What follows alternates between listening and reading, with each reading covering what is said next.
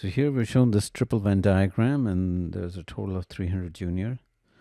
And that means that if you were to add the numbers in each of these individual regions, they all have to add up to 300. And we're told that 130 are taking both math and English, so that represents this region, and you'll see that it does indeed add up to 130. Same thing, you don't have to do this part. Math and science would be 98 plus 21, which is indeed 119, and they tell you that. And then they also tell you 98 are taking all, and then also for English and science. What we need to focus on is the region where the student is taking exactly one of these three courses, and that would be here. This would be students taking math only, Y would be English only, and then let me call the science Z.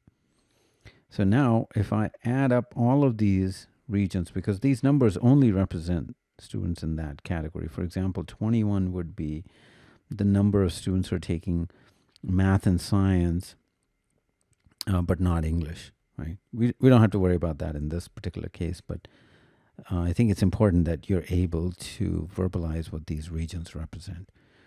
Which means if I add all of them up, x plus 32 plus y plus 21 plus 98 plus 41 plus z plus 18, that has to add up to the total number of students. They have to fall in one of these different categories.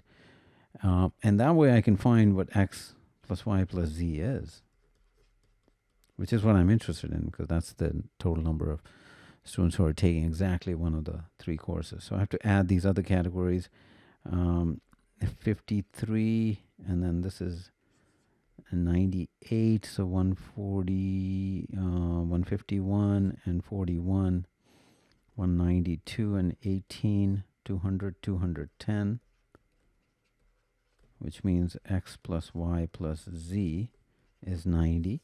So the probability would be x plus y plus z divided by the total number of students, because this represents the total number of students who are taking exactly one of these three courses. So it would be 90 over 300,